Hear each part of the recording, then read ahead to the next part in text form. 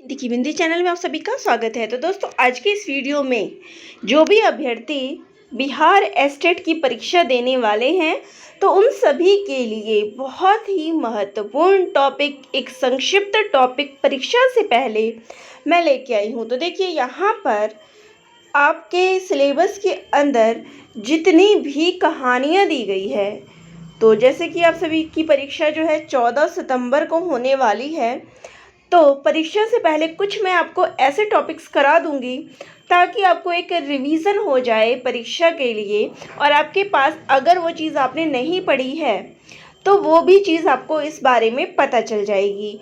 और इस चीज़ से संबंधित अगर कुछ और जानकारी चाहिए तो मुझे कमेंट बॉक्स में कमेंट करके ज़रूर बताइएगा, ठीक है। तो चलिए, आज जो है हम पढ़ने वाले हैं, जितनी भी इसके अंतर्गत आपको 6 कहानियाँ जो है पढ़नी है, उन कहानियों का एक संक्षिप्त टॉपिक जो है आपके लिए मैं लेके आई हूँ। तो चलिए शुरू करते हैं। सबसे पहली कहानी है कानों में कंगना।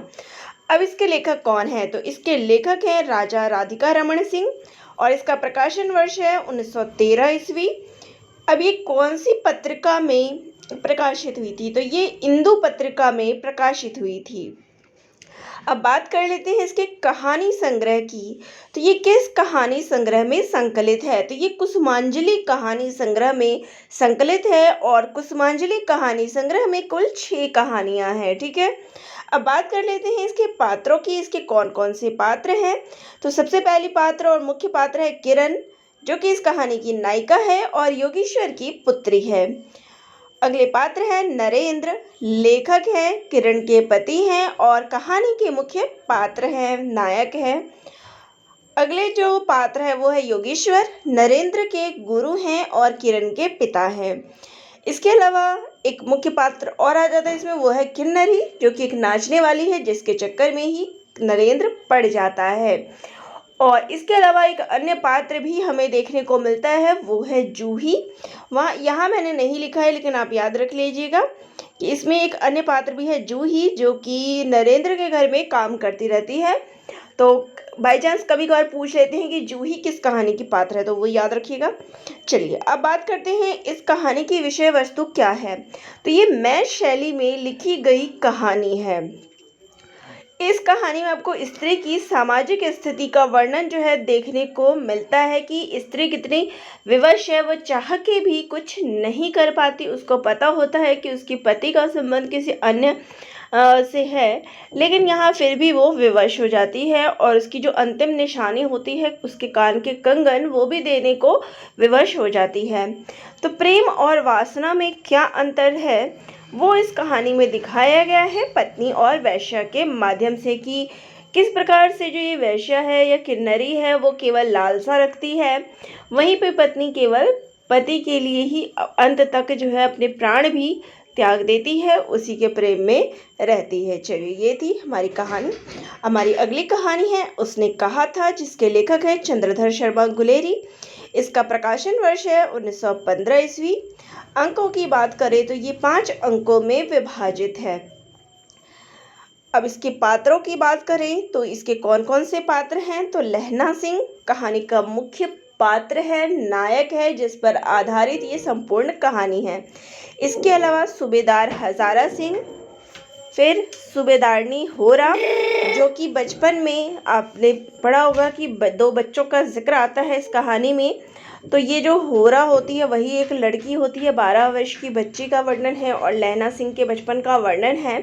तो ये दोनों अपने मामा के यहाँ जब वहाँ पे मिलते हैं, तो यही वो सूबेदारनी होती है, होरा। फिर इसके अलावा इन दोनों का पुत्र होता है, सूबेदार और सूबेदारनी का पुत्र है बोदा सिंह, और फिर एक अन्य पात्र है वजीरा सिंह। इसके बाद आपको कहानी में कुछ अन्य पात्र मिलेंगे, जो कि सेना में अन्य जवान सब होते हैं, फौज में, उन सब का विवरण इस कहानी में देखने को मिलता है। मुख्य जो पात्र थे वो मैंने आपको बता दिए।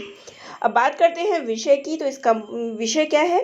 तो ये फ्लैशबैक शैली में लिखा गया है। फ्लैशबैक क्या होता है? पूर्व दीप्ति पद्धति, यानी कि उसको मरणोपरांत, मरते समय जो है याद आता है लहना सिंह को कि उसके जीवन में क्या क्या घटित हुई थी।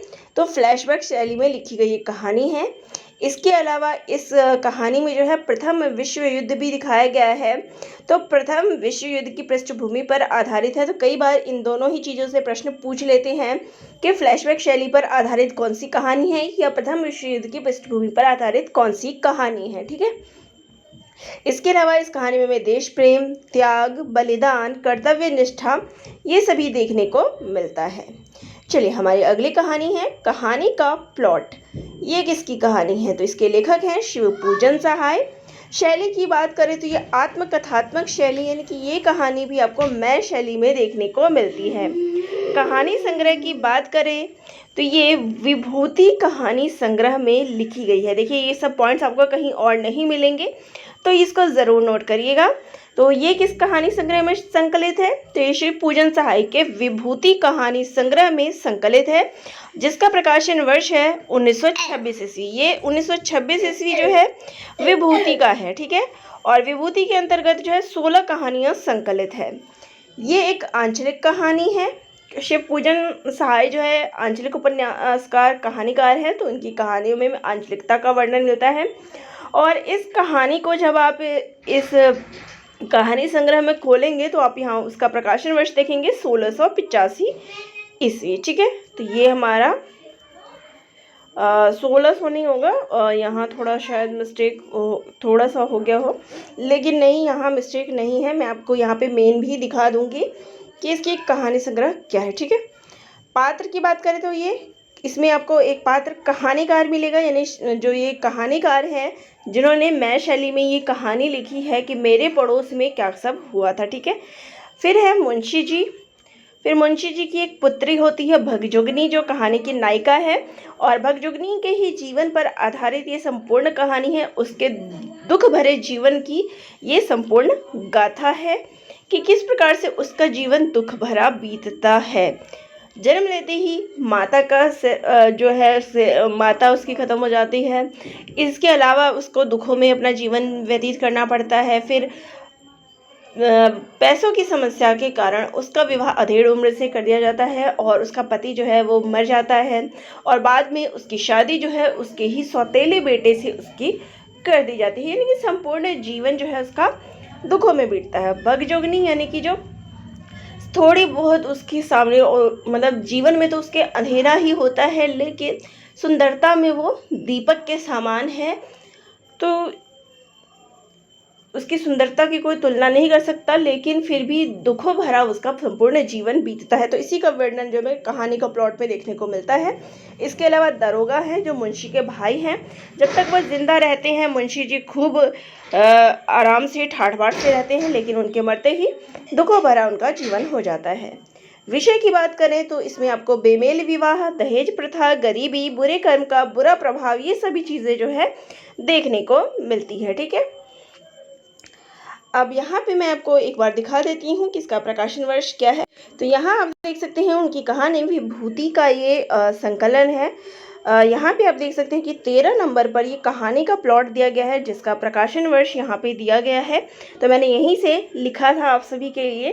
तो यहाँ आप उसका प्रकाशन वर्ष जो है देख सकते हैं कि क्या दिया गया है। ठीक है, 1685 ही देखने में लग रहा है। अगर आपको कुछ अलग लगे तो कमेंट बॉक्स में कमेंट कर दीजिएगा। ठीक है, चलिए तो अब हमारी अगली कहानी है पूस की रात। इसके लेखक हैं मुंशी प्रेमचंद जी। प्रकाशन वर्ष की बात करें तो 1931 ईस्वी इसका प्रकाशन वर्ष है। देखिए प्रकाशित कब हुई थी? 1931 में। और रचना वर्ष की बात करें तो 1921 ईस्वी। तो दोनों ही चीज़ों का ध्यान रखिएगा कि आपसे परीक्षा में क्या पूछा जा रहा है। अगर रचना वर्ष पूछेंगे तो आप 1921 लगाएंगे, और अगर प्रकाशन वर्ष पूछेंगे तो 1931 लगाएंगे। ठीक है, पात्रों की बात करें तो इसके पात्र हैं हल्कू, जो कहानी का मुख्य पात्र है, नायक है। इसके अलावा जबरा कुत्ता है, सहना बनिया है, और मुन्नी हल्कू की पत्नी है। तो ये इस कहानी के मुख्य पात्र हैं। विषय की बात करें तो भारत के गरीब किसान की व्यथा का वर्णन जो है इसमें देखने को मिलता है। जाड़े में किसान की क्या स्थिति होती है, किस पास कम्बल नहीं है ओढ़ने के लिए, किस प्रकार से वो अपनी रात ठिठुरते हुए गुजारता है, ये आप इस कहानी में देखते हैं। गरीबी में पूस की रात के ठंड का वर्णन है कि एक गरीब किसान किस प्रकार से ठंड में अपनी रात्रि गुजारता है। वो अपने कुत्ते, ये जो उसका कुत्ता है जबरा, उससे लिपट जाता है। फिर कुछ आग वगैरह जलाता है तब भी उसको राहत नहीं मिलती है, और थोड़ी सी राहत जब उसको आग वाग जलाने पे मिलती है तो उसका मन नहीं करता कि वो उस आग के पास से हट के उन नील गायों को अपने खेत से चढ़ने से रोके। तो कुछ बहुत ही, आप जब पढ़ेंगे तो आपको पता चला होगा कि वाकई क्या कहानी इसमें दी गई है, किसान की जो वर्णन है इसकी स्थिति का क्या है। तो कुत्ते और मनुष्य की दोस्ती का भी वर्णन मिलता है कि किस प्रकार से जबरा और हल्कू जो है एक दूसरे को पकड़ के लिपट के सो रहे होते हैं ठंड से बचने के लिए। लेकिन वहीं पर जब जबरा को पता चलता है कि उसके खेत में गाय आ चुकी है, नील गाय आ चुकी है चरने के लिए, तो वो फिर उसका जो मालिक का प्रेम जो है वो जाग जाता है और वो उन गायों को भगाने के लिए भौंकने लगता है। तो इसकी भी दोस्ती हमें इस कहानी में पता चलती है। ठीक है, अगली कहानी है पंचलाइट, जिसके लेखक हैं फणीश्वरनाथ रेणु। ये उनके कहानी संग्रह ठुमरी में संकलित है। ठुमरी के प्रकाशन वर्ष की बात करें तो 1959 ईस्वी है, और इस कहानी के प्रकाशन की बात करें तो 1950 से 60 के मध्य जो है ये कहानी लिखी गई है। अब इसके पात्र कौन कौन है, तो गोधन इस कहानी का मुख्य पात्र है, नायक है। मुनरी इस कहानी की नायिका है। इसके अलावा गुलरी काकी मुनरी की माँ है। कनेली मुनरी की सहेली है। सरदार है, दीवान है, फुटंगी झा है।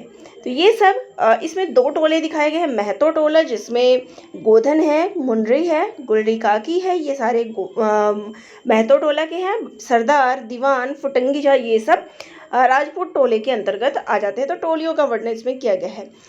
और विषय की बात करते हैं, एक आंचलिक कहानी है। पूर्णिया जिले के ग्रामीण क्षेत्र का वर्णन इसमें देखने को मिलता है। पिछड़े ग्रामीण परिवेश का वर्णन जो हमें देखने को मिलता है, जो पंचलाइट जलाने की, यानी पंचलाइट जो है एक लैंप जो आप देखते थे लालटेन, तो लालटेन किस प्रकार से जलता है। किसी को गांव में लालटेन जलाना नहीं आता है, तो गोधन बाद में गोधन को जलाना आता है। गोधन आता है जो कि अपने पंचायत से बर्खास्त किया जा चुका है अपने समाज से, लेकिन किसी को नहीं जलाया आता है तो उसको फिर बुलाया जाता है और वो लाइट जलाता है। तो ग्रामीण मानसिकता का भी एक मासूमियत का चित्रण भी देखने को मिलता है। ग्रामीण लोगों के सादगी का वर्णन कि किसी को भी इन चीज़ों की जानकारी नहीं होती। इसके अलावा जाति द्वेष, वैर, बिरादरी के लोगों के जो आपसी जाति द्वेष वैर है एक टोले का दूसरे टोले से, वो सब इस कहानी में भी देखने को मिलता है। ये एक व्यंग्यात्मक शैली में लिखी गई कहानी है। अगली कहानी है चीफ की दावत, जिसके लेखक हैं भीष्म साहनी। ये उनके कहानी संग्रह पहला पाठ में संकलित है। पहला पाठ में 15 कहानियां हैं। प्रकाशन वर्ष की बात करें तो इसका प्रकाशन वर्ष है 1956 ईस्वी। पात्रों की बात करें तो इसमें श्यामनाथ, उनकी पत्नी, श्यामनाथ की माँ, चीफ, श्यामनाथ का अमेरिकी बॉस है, शिष्टाचारी है और आदर्शवादी है। तो यही कुछ मुख्य पात्र इसमें देखने को मिलते हैं। अब ये कहानी किस पर आधारित है, तो पदोन्नति के लिए चीफ की खुशामदी का वर्णन इस कहानी में किया गया है। माँ के दुख व बलिदान का चित्रण जो है इस कहानी में हमें देखने को मिलता है कि जिस माँ को वो छुपाने का प्रयास करता है कि बॉस के आगे ना दिखे, वही माँ उसकी पदोन्नति का किस प्रकार से रास्ता बनती है। मध्यवर्गीय समाज के खोखलेपन, दिखावटीपन और स्वार्थपरकता का चित्रण जो है इस कहानी में देखने को मिलता है। तो ये थे जितने भी आपके कहानियाँ बिहार सेट में दिए गए हैं, उनसे संबंधित जरूरी बातें जो कि शायद आपको काफ़ी चीज़ें इसमें से पता नहीं रही होगी। तो वीडियो अगर अच्छी लगी हो तो चैनल को लाइक, शेयर और सब्सक्राइब करिएगा। कोई जानकारी चाहिए तो वह भी कमेंट बॉक्स में कमेंट ज़रूर करिएगा। धन्यवाद।